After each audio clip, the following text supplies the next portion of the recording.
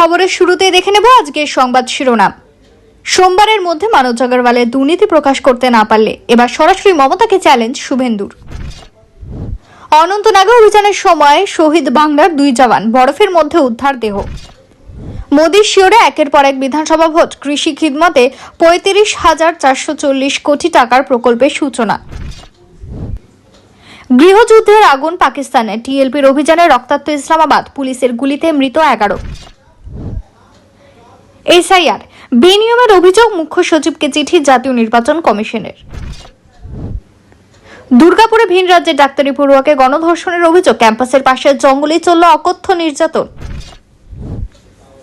দলীয় প্রধানকে চুলের মুঠি ধরে জুতো পেটা, কাজ করার দলেরই পঞ্চায়েত সদস্য, মুখে মাখানো হলো কালি। একজনের নাম বাদ গেলে 1 লক্ষ লোক নিয়ে কমিশন ঘেরাও, এসআইএনএফ এর হুঁশিয়ারি কুণালের। কাবুলে আক্রমণের বদলা, পাকিস্তানের পুলিশ প্রশিক্ষণ কেন্দ্রে ফিদায় হামলায় মৃত 23। মহামারীর থেকেও ভয়ঙ্কর অবস্থায়, সংক্রামক জ্বরে ভর্তি হাসপাতাল, বন্ধ সব স্কুল, জাপান জুড়ে ত্রাস। তড়িঘড়ি অবতরণ, অল্পের জন্য রক্ষা পেল এয়ার ইন্ডিয়ার বিমান। এসআইআর দেরি হলে 5 তারিখের পর বাংলায় রাষ্ট্রপতি শাসন, হুঁশিয়ারি বিজেপি বিধায়কের। বেঙ্গালুরুতে গ্যাস সিলিন্ডার বিস্ফোরণে মৃত্যু মুর্শিদাবাদের 6 শ্রমিকের। এতক্ষণ শুনছিলেন সংবাদ শিরোনাম, এবার আসছি বিস্তারিত খবরে। ভিডিওটি ভালো লাগলে লাইক করুন এবং আমাদের ইউটিউব চ্যানেলটি সাবস্ক্রাইব করে আমাদের সঙ্গে থাকুন। সোমবারের মধ্যে মনোজ আগরওয়ালের দুর্নীতি প্রকাশ করতে না পারলে এবার সরাসরি মমতাকে চ্যালেঞ্জ শুভেন্দুর। সিইওকে মুখ্যমন্ত্রীর হুঁশিয়ারি, পাল্টা বিরোধী দলনেতার ডেডলাইন। সোমবার বিকেল 5টার মধ্যে তথ্য দিন, হুঙ্কার শুভেন্দু অধিকারী। সোমবার বিকেল পর্যন্ত মুখ্যমন্ত্রীকে ডেডলাইন বিরোধী দলনেতার। মুখ্যমন্ত্রীর বিরুদ্ধে পদক্ষেপ চেয়ে মুখ্য নির্বাচন কমিশনারকে চিঠি। মুখ্যমন্ত্রী সিইও মনোজ আগরওয়ালকে আক্রমণ করেছেন, যে ভাষায় সিইওকে আক্রমণ করেছেন তা গণতন্ত্রের পক্ষে বিপজ্জনক। সিইও মনোজ আগরওয়ালের বিরুদ্ধে কি প্রমাণ আছে? কি প্রমাণ আছে মুখ্যমন্ত্রীর কাছে? সোমবারের মধ্যে তথ্য প্রমাণ দিন। দুর্নীতির অভিযোগ সামনে না আনলে ধরে নেব এসআইআর ভয় পেয়েছেন, ক্ষমতা হারানোর ভয় পেয়েছেন মুখ্যমন্ত্রী। আক্রমণ শুভেন্দু অধিকারীর। অনন্তনাগে অভিযানের সময় শহীদ বাংলার 2 জওয়ান।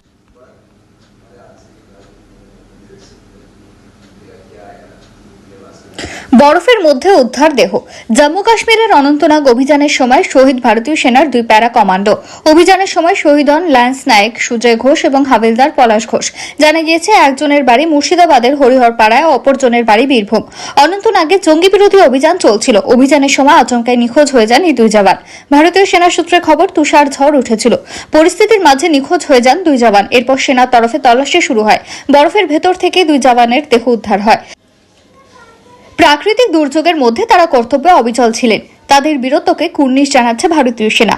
24 থেকে 36 ঘন্টা তল্লাশি চালানো হয় বলে ভারতীয় সেনা সূত্রে খবর। প্রতিকূলতার কারণে উদ্ধার কাজেও বেগ পেতে হচ্ছিল সেনাকে। ইতিমধ্যে 2 জওয়ানের পরিবারে সে খবর এসে পৌঁছেছে।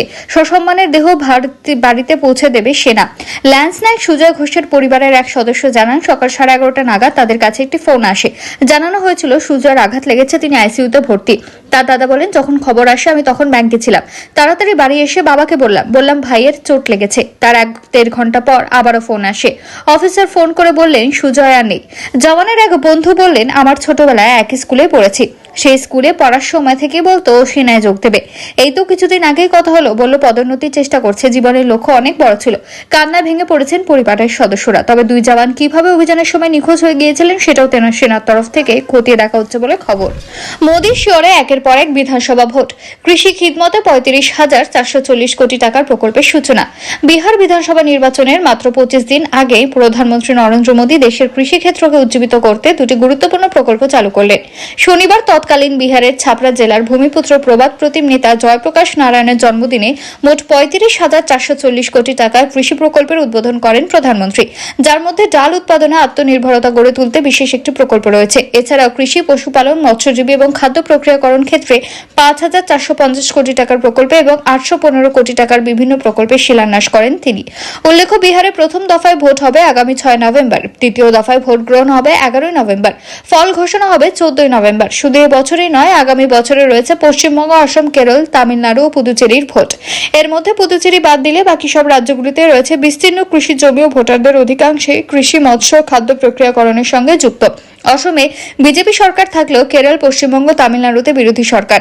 সেই হিসেবে মোদী সরকারের এই প্রকল্প ভোটে যথেষ্ট প্রভাব ফেলবে প্রচার কাজে, কারণ বাংলা, কেরল ও তামিলনাড়ুতে কৃষিকাজ ছাড়াও মৎস্য ও পশুপালন অন্যতম জীবিকা। ডাল শস্য আত্মনির্ভরতা মিশনের অধীনে 11,440 কোটি টাকা বরাদ্দ হয়েছে, যার লক্ষ্য হবে বর্তমানে 252.38 লক্ষ টন থেকে আগামী 5 বছরের মধ্যে 350 লক্ষ টন ডাল উৎপাদন করা। এতে দেশের আমদানি করা নির্ভরতা কমবে। 24,000 কোটি টাকা বরাদ্দ হয়েছে প্রধানমন্ত্রী ধন ধান্য কৃষি যোজনায়। দুটি প্রকল্পই ক্যাবিনেটে আগেই অনুমোদন হয়ে গিয়েছে। আগামী রবি মরশুম অর্থাৎ শীতকালীন চাষ থেকে তা চালু হবে। এসআইআর বেনিয়মের অভিযোগ, মুখ্য সচিবকে চিঠি জাতীয় নির্বাচন কমিশনের। এসআইআর আবহে কমিশন রাজ্যপত্র সংঘাত। বাংলা ইআরও নিয়োগে বেনিয়মের অভিযোগ উঠেছে। কেন এসডিওর নিচের পদমর্যাদার লোককে নিয়োগ করা হয়েছে তা নিয়ে প্রশ্ন তোলা হয়েছে। মুখ্য সচিব মনোজ পন্থকে চিঠি পাঠিয়ে প্রশ্ন করল জাতীয় নির্বাচন কমিশন। উল্লেখ্য, শুক্রবারই রাজ্য বিধানসভার বিরোধী দলনেতা শুভেন্দু অধিকারী এই একই অভিযোগ করেছিলেন। দেখা যাচ্ছে 3 অক্টোবর তার এই অভিযোগের অনেক আগেই বিষয়টি নিয়ে সরব হয়েছে সিএসি। জাতীয় নির্বাচন কমিশন থেকে মুখ্য সচিবের কাছে জানতে চাওয়া হয়েছে, যেখানে ইআরও নিয়োগের ক্ষেত্রে নির্দিষ্ট রীতি রয়েছে, কোন পদ্ধতিতে তারা নিযুক্ত হবেন, তাদের কোন পদমর্যাদা হওয়া উচিত তা বিস্তারিত উল্লেখ রয়েছে। সেখানে দেখা যাচ্ছে এই নিয়ম লঙ্ঘন করা হয়েছে। অনেক সময় রাজ্য সরকারের তরফ থেকে জানানো হয় এসডিও কিংবা তার পদমর্যাদার আধিকারিকের সংখ্যা কম থাকায় এই ধরনের সিদ্ধান্ত নেওয়া হয়েছে। কিন্তু এক্ষেত্রে রাজ্যের তরফ থেকে জাতীয় নির্বাচন কমিশনের সঙ্গে এই সংক্রান্ত কোনো তথ্যই জানানো হয়নি। তাই এই চিঠি নবান্ন ইতিমধ্যে চিঠি এসে পৌঁছেছে, আর এই বিষয়টি নিয়ে সরব হয়েছে রাজ্য বিধানসভার বিরোধী দলনেতা। তার বক্তব্য, এসআইআর এর কাজ যখন চলবে তখন অত্যন্ত গুরুত্বপূর্ণ দায়িত্ব থাকবে ইআরও, এইআরওদের। তাদের নিয়োগ নিয়েই যদি প্রশ্ন ওঠে তাহলে এসআইআর এর প্রক্রিয়া নিয়েও প্রশ্ন থাকবে। শুধু তাই নয়, মুখ্যমন্ত্রী মমতা বন্দ্যোপাধ্যায়ের বিতর্কিত মন্তব্যের জেরে মুখ্য সচিবের প্রতি বিরক্ত কমিশন। লোকপাল আইন অনুযায়ী হলফনামা ছাড়া কোনো সরকারি আধিকারিককে অভিযোগ দেওয়া যায় না। মিথ্যে অভিযোগ প্রমাণিত হলে 1 বছরের জেল হতে পারে। যখন মন্তব্য করা হয় তখন মুখ্য সচিব কিভাবে সেখানে ছিলেন? মুখ্য সচিবের দায়িত্ব নিয়েও প্রশ্ন কমিশন দপ্তরে। দুর্গাপুরে ভিন রাজ্যের ডাক্তারি পড়ুয়াকে গণধর্ষণের অভিযোগ। ক্যাম্পাসের পাশে জঙ্গলে চলল অকথ্য নির্যাতন। রাজ্যে আবারও ধর্ষণের শিকার ডাক্তারি পড়ুয়া। দুর্গাপুরে বেসরকারি মেডিকেল কলেজে ভিন রাজ্যের 2য় বর্ষের ছাত্রীকে গণধর্ষণ করা হয় বলে অভিযোগ বেশ কয়েকজন যুবকের বিরুদ্ধে। ইতিমধ্যে থানায় অভিযোগ দায়ের করেছে কলেজ কর্তৃপক্ষ। পরিবার সূত্রে খবর, শুক্রবার রাত 8:30 নাগাদ ওই পড়ুয়া কলেজের বাইরে বেরিয়েছিলেন। সেই সময় বেশ কয়েকজন যুবক ওই যুবতীর পথ আটকায়। তারপরে বেসরকারি হাসপাতালের পেছনের দিকের একটি জঙ্গলে নিয়ে গিয়ে গণধর্ষণ করা হয় বলে অভিযোগ। পুলিশ সূত্রে খবর, ওড়িশার জলেশ্বরের বাসিন্দা তরুণী। সূত্রের খবর, শুক্রবার সন্ধ্যায় ওই পড়ুয়া তারই এক সহপাঠীর সঙ্গে কলেজের বাইরে ফুচকা খেতে বেরিয়েছিলেন। অভিযোগ, সেই সময় বেশ কয়েকজন দুষ্কৃতী তাদের উত্ত্যক্ত করতে শুরু করে, কটু কথা বলতে থাকে, সঙ্গে থাকা বন্ধুকেও তাড়া করে। তখনই তাদের ভয়ে পালিয়ে যায় ওই যুবক। সেই সময় মেয়েটিকে একা পেয়ে টানতে টানতে পাশে থাকা জঙ্গলে নিয়ে যায় দুষ্কৃতীরা। চলে অকথ্য নির্যাতন। গণধর্ষণের পর ছাত্রীর মোবাইলও কেড়ে নেওয়া হয় বলে অভিযোগ। বর্তমানে হাসপাতালে ভর্তি রয়েছে ওই ছাত্রী। মেয়েকে আর এই রাজ্যে রেখে পড়াতে চাইছে না পরিবারের সদস্যরা। নির্যাতিতার বাবা বলছেন, আমার মেয়ে এখানে সুরক্ষিত নেই, আমি এখানে ওকে আর পড়াবো না, আমি ওকে বাড়ি নিয়ে চলে যাব। দুর্গাপুরের নিউ টাউনশিপ থানার পুলিশ তদন্ত শুরু করলে এখনো পর্যন্ত দুষ্কৃতীদের কোনো নাম জানা যায়নি। দলীয় প্রধানকে চুলের মুঠি ধরে জুতো পেটা। কাঠগড়ায় দলেরই পঞ্চায়েত সদস্য মুখে মাখানো হলো কালি।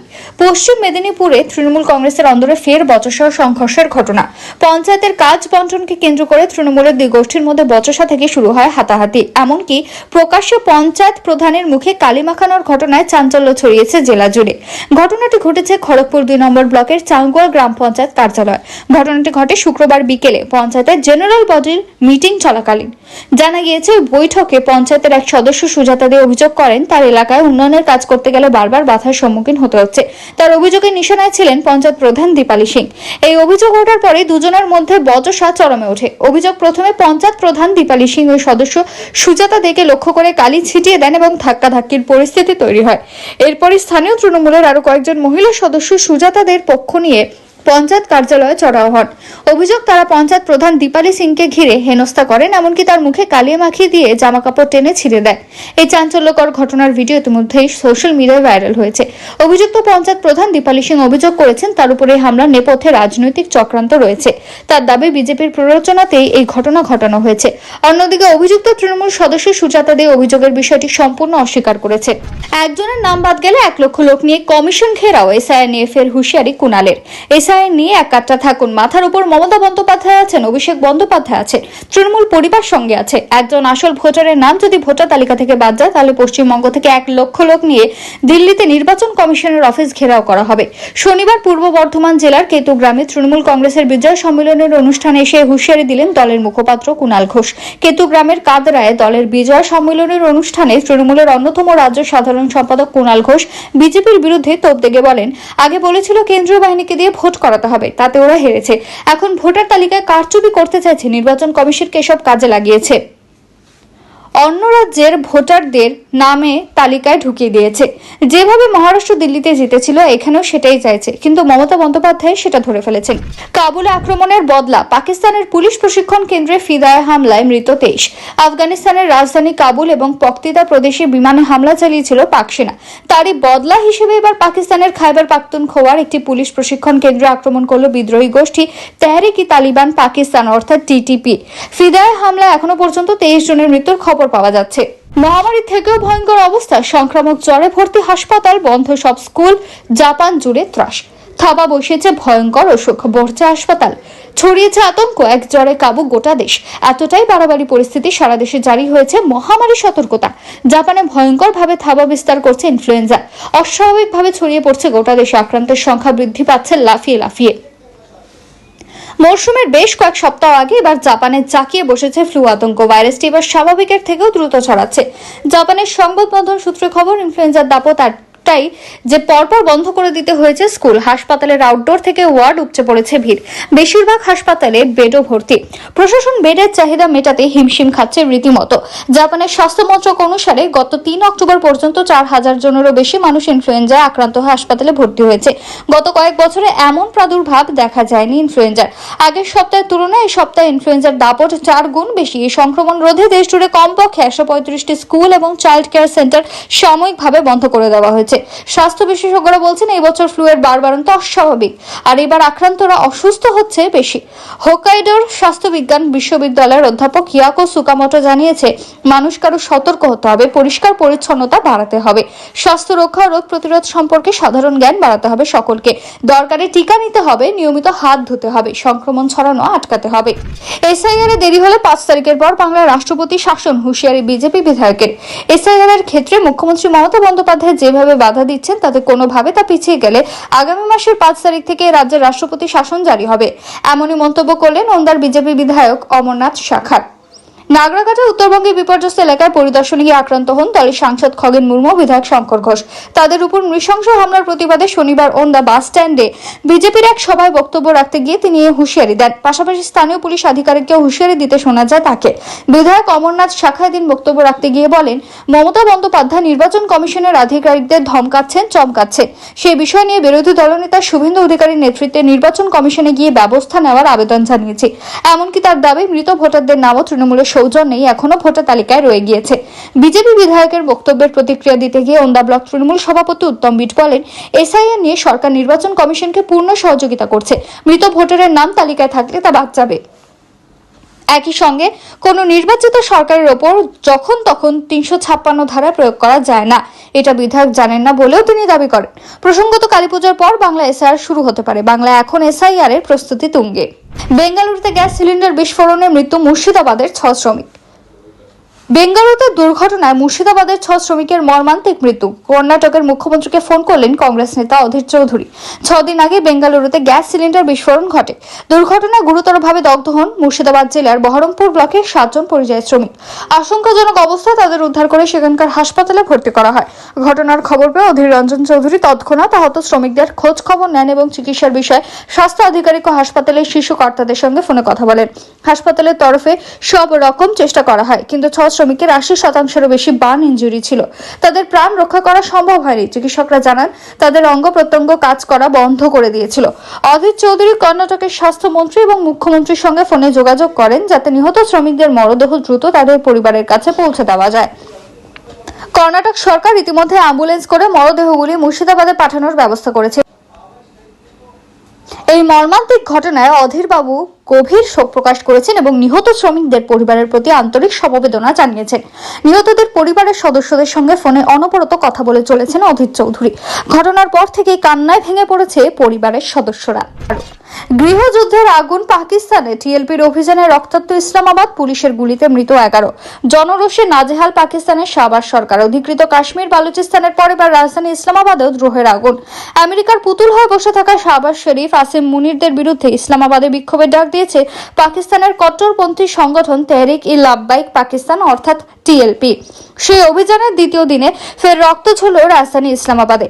রাওয়ালপিন্ডিতেও ছড়িয়েছে হিংসার আগুন। এই ঘটনায় পুলিশের গুলিতে মৃত্যু হয়েছে 11 জনের, আহত অন্তত 50। পরিস্থিতি যে পথে এগোচ্ছে তাতে পাকিস্তানে গৃহযুদ্ধের আশঙ্কা করছে ওয়াকিবহাল মহল।